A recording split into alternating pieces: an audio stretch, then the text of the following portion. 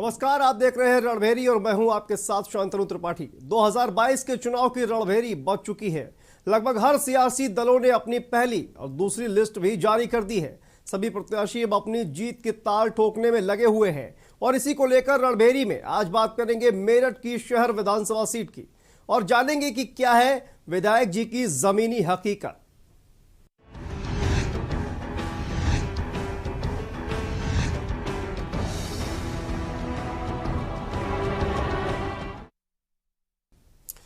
पश्चिमी उत्तर प्रदेश के सबसे प्रमुख जिलों में शुमार मेरठ की शहर विधानसभा सीट में चुनाव काफी रोचक होने वाला है।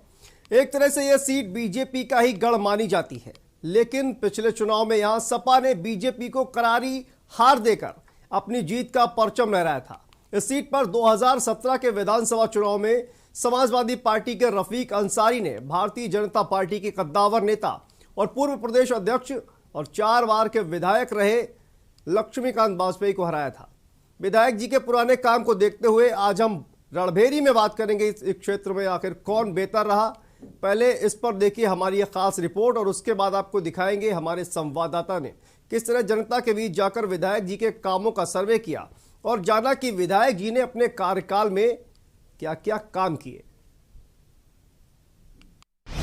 रणभेरी 2022 का चुनावी रण तैयार। मेरठ की शहर विधानसभा सीट के दिल में क्या है? शहर विधानसभा सीट से कौन मारेगा बाजी?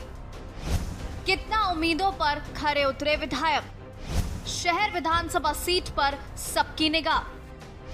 शहर विधानसभा सीट से सपा के रफीक अंसारी हैं विधायक। 2022 के रण में बेहतर कौन? किसके सिर सजेगा 2022 का ताज? देश की आजादी के बाद से मेरठ की शहर विधानसभा सीट पर कांग्रेस का शासन चलता रहा है, लेकिन जैसे जैसे समय बदलता गया वैसे वैसे कांग्रेस के हाथों से ये सीट फिसलती चली गई। 1989 में बीजेपी के लक्ष्मीकांत वाजपेयी पहली बार क्षेत्र के विधायक बने। इसके बाद 1996 और 2002 में भी चुनाव जीता, लेकिन 2007 के चुनाव में यूडीएफ से चुनाव लड़ते हुए हाजी याकूब ने वाजपेयी को करारी हार दी। 2012 में चौथी बार लक्ष्मीकांत वाजपेयी इस सीट से विधायक की कुर्सी पर बैठे, लेकिन 2017 में मोदी लहर के बावजूद भी सपा के रफीक अंसारी ने जीत हासिल की और विधायक की कुर्सी पर काबिज हो गए। साथ ही इस सीट के जातिगत समीकरणों की बात करें तो इस सीट पर मुस्लिम वोटर अहम भूमिका निभाते हैं। यूं तो यहाँ वैश्य, ब्राह्मण, दलित आदि बिरादरी के लोग हैं, लेकिन यहाँ मुस्लिम वोटर निर्णायक भूमिका अदा करते हैं।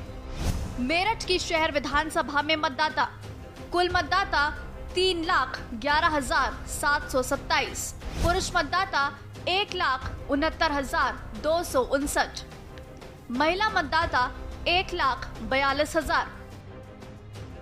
शहर विधानसभा मेरठ की ऐतिहासिक और चर्चित सीटों में से एक है। चुनावों के चलते तमाम सियासी दल चुनावी रण में अपनी जोर आजमाइश में लगे हैं। हमारे के न्यूज संवाददाता ने जब शहर क्षेत्र के लोगों से क्षेत्र में हुए विकास कार्यों का जायजा लिया तो मिली जुली प्रतिक्रिया सामने आई। ऐसे ही विकास के दम पर सभी पार्टियां अपना दम भर रही हैं और लोगों से उन्हें वोट देने की अपील कर रही हैं। सभी राजनीतिक दल अपने अपने विकास कार्यों को गिनाने से चूक नहीं रहे, लेकिन क्या यही विकास कार्य है? ऐसे ही विकास कार्य हैं जो कराए गए हैं? खैर, इसके लिए भी सभी पार्टियों ने अपने अपने प्रत्याशी घोषित कर दिए हैं। अब सवाल ये खड़ा होता है कि बेहतर कौन? मेरठ की शहर विधानसभा सीट फिलहाल सपा के हाथ में है, लेकिन इस चुनाव में अन्य सियासी दल भी अपने पूरे दमखम से चुनावी रण में उतर रहे हैं। अब देखना यह है कि 2022 में सिंहासन की गद्दी पर कौन बैठेगा। इलेक्शन डेस्क, के न्यूज इंडिया।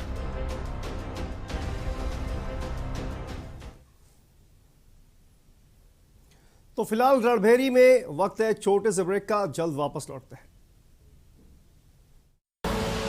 आप देख रहे हैं के न्यूज, खबरों का सारथी। किसकी सरकार बना रहे हो इस बार? अरे अपनी सरकार भुला, और किसकी? अपनी? अरे जो हम जैसे छोटे किसानों को अपना समझे, मान दे, और तो और साल दर साल हमारे खातों में 6,000 रुपए की सम्मान राशि दे। इतना कुछ किया है, इतना कुछ कर रही है, वही हुई ना अपनी सरकार है। किसान सम्मान निधि से लाखों किसानों को लाभ। किसान मानधन योजना से किसानों को 3,000 रुपए पेंशन। छोटे से छोटे किसान की भी हिमायती है सिर्फ भाजपा।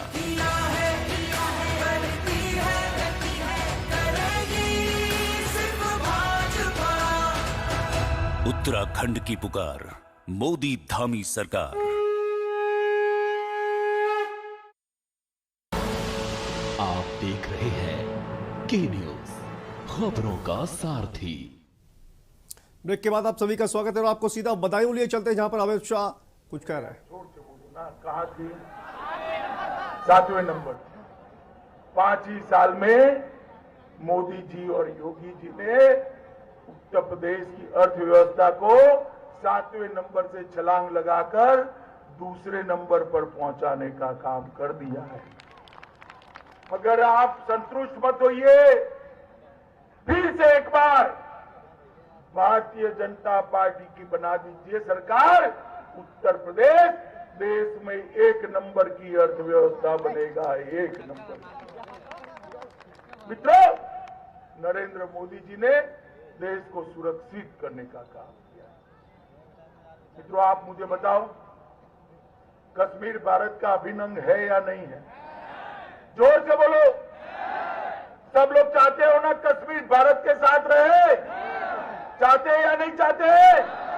तो धारा 370 कब की हटनी चाहिए थी या नहीं हटनी चाहिए थी? हटी थी क्या?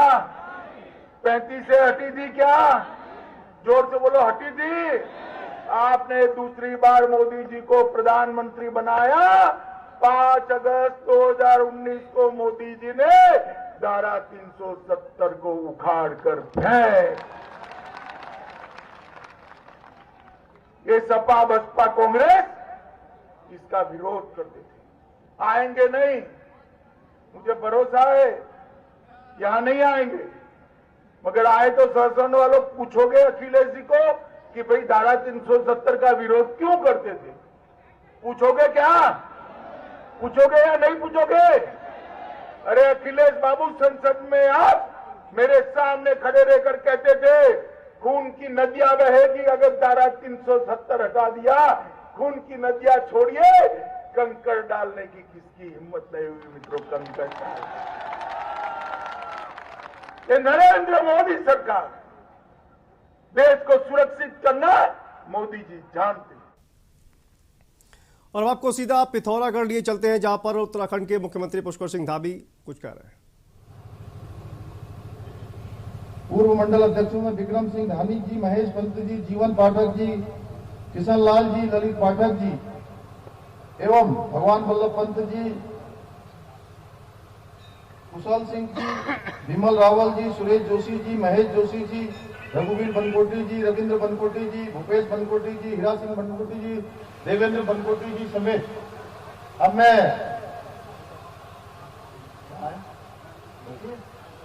गीता ठाकुर जी भी है, हमारी वरिष्ठ नेत्री, और सभी मंचासीन, सभी हमारे पदाधिकारीगण और इस सभा में आए हुए इस क्षेत्र के मेरे सभी बड़े बुजुर्ग, सभी उपस्थित माताएं बहनें, मेरे नौजवान साथियों, पत्रकार मित्रों, छायाकार बंधुओं, मैं सबसे पहले तो आप सबका धन्यवाद करना चाहता हूं।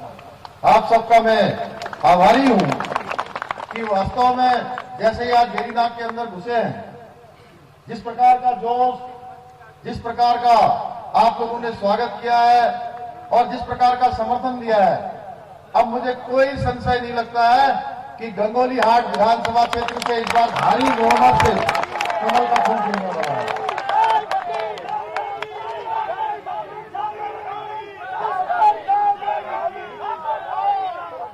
भाइयों बहनों, क्योंकि ये चुनाव 2 प्रकार के लोगों के बीच में हो रहा है। एक तरफ है नरेंद्र मोदी जी, जिन्होंने देश के अंदर आज, और आपको सीधा आगरा लिए चलते हैं जहां पर बहुजन समाज पार्टी की मुखिया मायावती पहुंच चुकी है।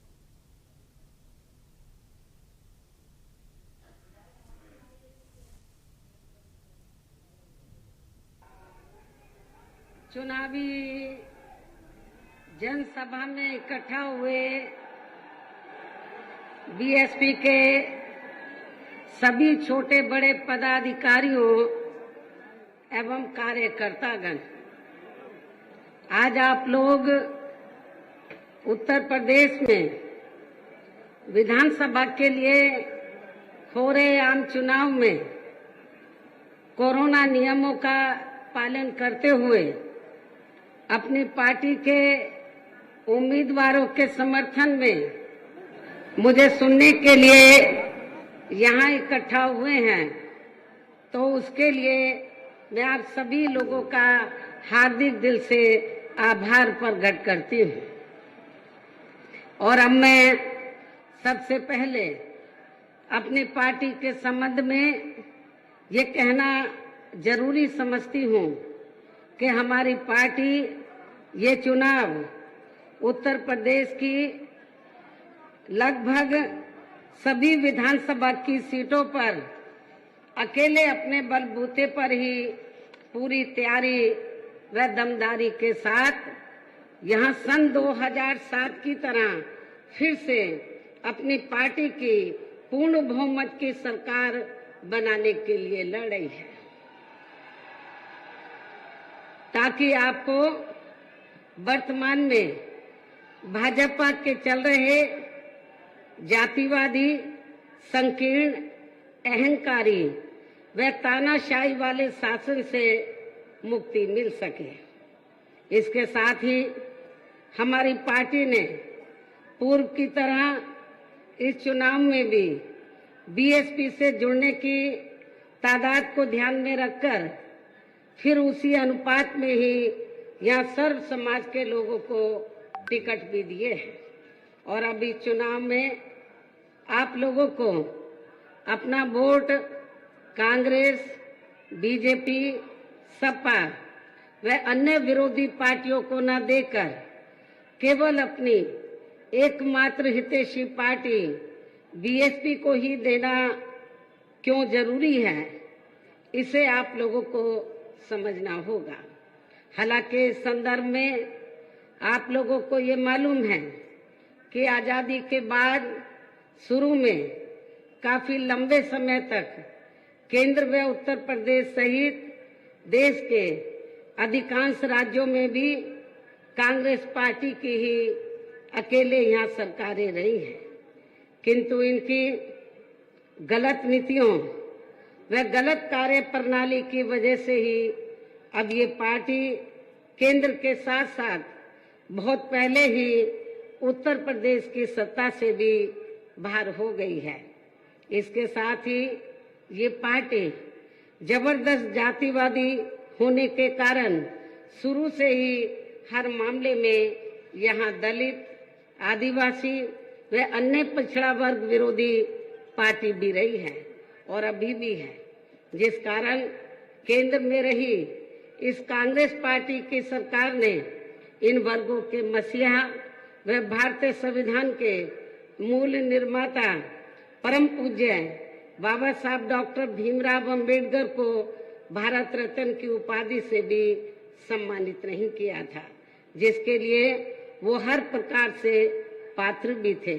इतना ही नहीं बल्कि इनके मूवमेंट को आगे बढ़ाने के लिए अपनी पूरी जिंदगी समर्पित करने वाले मान्यवर श्री कांशीराम जी के देहांत होने पर भी केंद्र में उस समय इसी कांग्रेस पार्टी की रही सरकार ने उनके सम्मान में एक दिन के लिए भी राष्ट्रीय शोक घोषित नहीं किया था, तथा न ही इस पार्टी की रही सरकार ने पिछड़े वर्ग की आरक्षण संबंधी मंडल कमीशन की रिपोर्ट को भी लागू किया था, जिसे फिर बीएसपी ने अपने कड़े संघर्ष व अथक प्रयासों से केंद्र में रही श्री बीपी सिंह की सरकार से ही लागू करवाया था।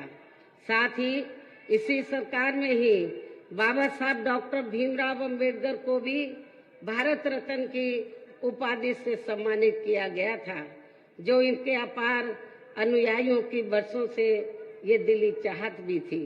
लेकिन अब केंद्र व अधिकांश राज्यों की भी सत्ता से बाहर होने के बाद यही कांग्रेस पार्टी खासकर दलितों, आदिवासियों व अन्य पिछड़े वर्गों के वोटों की खातिर आए दिन किस्म किस्म की नाटकबाजी करती रहती है, जबकि इन वर्गों के मामले में इस पार्टी की सच्चाई तो ये है कि कांग्रेस पार्टी जब सत्ता में होती है और इनके अच्छे दिन होते हैं तो तब इस पार्टी को इन वर्गों का विकास व उत्थान आदि याद नहीं आता है तथा न ही इनको महिलाओं की भी भागीदारी याद आती है। इतना ही नहीं बल्कि इस पार्टी के बाद खासकर यहाँ सपा व बीजेपी आदि की बनी सरकार में भी यूपी की जनता हर मामले में व हर स्तर पर काफी ज्यादा दुखी रही है। सपा की सरकार में तो अधिकांश यहाँ गुंडों, बदमाशों, माफियाओं व अराजक तत्वों एवं सरेआम लूट खसोट करने वालों का ही राज रहा है, जिसकी खास वजह से ही इस सरकार में आए दिन यहाँ जाति व धर्म के नाम पर तनाव व दंगे आदि ही होते रहे हैं। इस मामले में पश्चिमी यूपी का मुजफ्फरनगर कांड इसका खास उदाहरण है। प्रदेश में विकास के कार्य भी ज्यादातर यहाँ एक विशेष क्षेत्र व एक विशेष समुदाय के लोगों तक ही सीमित होकर रह गए हैं। तो मायावती बीजेपी के साथ साथ कांग्रेस पार्टी और समाजवादी पार्टी पर भी हमला बोलती हुई। फिलहाल वक्त है छोटे से ब्रेक का, जल्द वापस लौटते हैं। आप देख रहे हैं के न्यूज, खबरों का सारथी।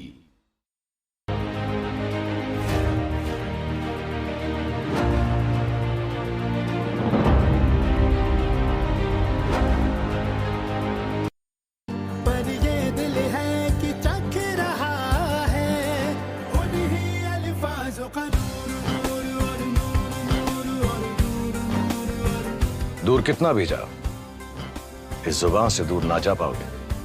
विमल, बोलो जुबान केसरी।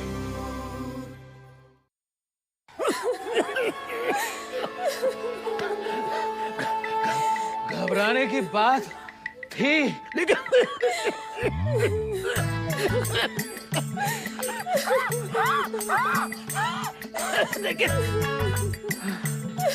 अब नहीं है। बाबूजी हमारे ठीक हो जाएंगे।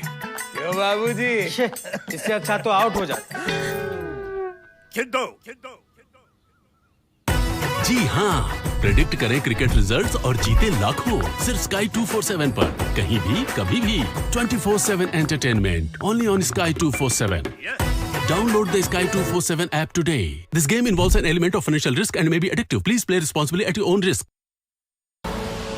आप देख रहे हैं के न्यूज, खबरों का सारथी। तो आपको सीधा लिए चलते हैं आगरा, जहां पर मायावती जनता को संबोधित कर रही है। एवं शिकार हुए लोगों का इस सरकार में सही से विकास व उत्थान आदि नहीं हो सका है। साथ ही इनका हर स्तर पर काफी ज्यादा उत्पीड़न भी किया गया है। धर्म के नाम पर हमेशा यहाँ तनाव व नफरत आदि का वातावरण ही बना रहा है। ये किसी से छिपा नहीं है। प्रदेश में हर प्रकार के अपराध भी काफी ज्यादा बढ़े हैं।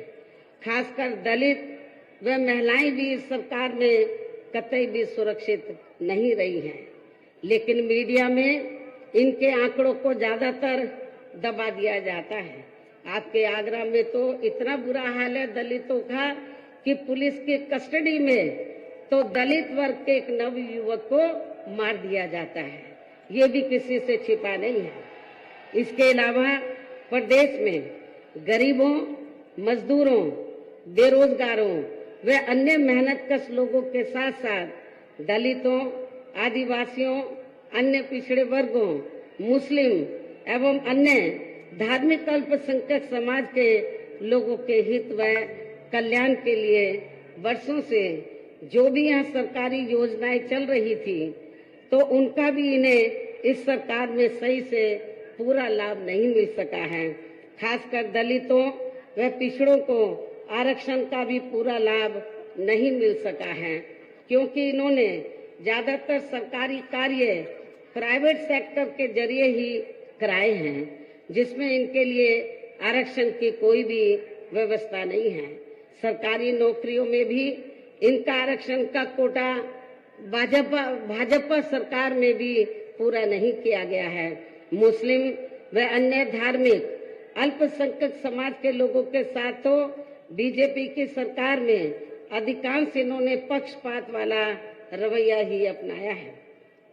इतना ही नहीं बल्कि इस बार बीजेपी की सरकार में अपर कास्ट समाज में से विशेषकर प्रबुद्ध वर्ग भी हर मामले में अपने आप को काफी ज्यादा उपेक्षित रहा है। इसके अलावा इनकी गलत आर्थिक नीतियों के कारण यहाँ गरीबी, बेरोजगारी व महंगाई आदि भी काफी ज्यादा बढ़ी है। खासकर चुनाव घोषित होने से पहले तो डीजल, पेट्रोल व रसोई गैस आदि की आए दिन बढ़ी कीमतों ने भी जनता की काफी ज्यादा मुश्किलें बढ़ाई हैं और ऐसा लगता है कि चुनाव खत्म होने के बाद पुनः इनकी कीमतें बढ़ा दी जाएंगी। इसके साथ साथ उत्तर प्रदेश सहित पूरे देश के किसान भी केंद्र सरकार की गलत नीतियों के कारण काफी ज्यादा दुखी व परेशान रहे हैं और अभी भी परेशान हैं। प्रदेश में बेरोजगार लोगों को रोजगार नहीं मिलने के कारण ही ज्यादातर इनको पलायन भी करना पड़ा है। आप लोगों को ये मालूम है, आजादी के बाद कांग्रेस पार्टी लंबे अरसे तक यहाँ सत्ता में रही, लेकिन यहाँ रोटी रोजी के साधन नहीं मिलने के कारण बड़े पैमाने पर इनका पलायन हुआ। ये लोग पलायन करके चले गए और इसके साथ ही जब बीजेपी पावर में आई तो आप लोगों को मालूम है कि ये सिलसिला जारी रहा और कोरोना काल में जो लोग बाहर के राज्यों से वापस आ गए, जब उनको रोटी रोजी के साधन नहीं मिले तो उन्हें पुनः पलायन करना पड़ा। मुजफ्फरनगर में भी बड़े पैमाने पर सपा सरकार में लोगों को पलायन करना पड़ा। तो ये तीनों पार्टियों की जो सरकारें हैं, चाहे कांग्रेस सत्ता में रही हो, चाहे समाजवादी पार्टी, चाहे बीजेपी, इन सभी पार्टियों की सरकारों में किसी न किसी कारणवश जो दुखी पीड़ित लोग हैं, खासकर बेरोजगार लोग हैं, उनको पलायन करना पड़ा है। इस प्रकार से इन सभी विरोधी पार्टियों की रही सरकारों में शुरू से ही यहाँ यूपी की जनता काफी ज्यादा दुखी व परेशान रही है। खासकर कोरोना महामारी के दौरान तो इन सभी की हालत और भी ज्यादा खराब हो गई है। ऐसे में इन सभी विरोधी पार्टियों की रही सरकारों से निजात पाने के लिए अब इस चुनाव में यहाँ प्रदेश की जनता को अपनी एकमात्र हितैषी पार्टी बहुजन समाज पार्टी की ही सरकार बनाना बहुत जरूरी है, जिसने अपने चारों रहे शासनकाल के दौरान बिना पक्षपात व भेदभाव आदि के यहाँ कमजोर एवं उपेक्षित वर्गों के लोगों के साथ साथ सर्व समाज में से गरीबों, मजदूरों, बेरोजगारों, किसानों, व्यापारियों, कर्मचारियों, वकीलों एवं अन्य मेहनतकश लोगों के साथ ही युवाओं, छात्रों, महिलाओं व बुजुर्गों आदि के भी विकास एवं उत्थान के लिए अनेकों ऐतिहासिक एवं महत्वपूर्ण कार्य किए हैं। तो लगातार रोजगार को लेकर समाजवादी पार्टी, कांग्रेस और भारतीय जनता पार्टी पर हमला बोलती नजर आ रही है बसपा सुप्रीमो मायावती। तो फिलहाल वक्त है एक छोटे से ब्रेक का, जल्द वापस लौटते हैं। आप देख रहे हैं के न्यूज़, खबरों का सारथी।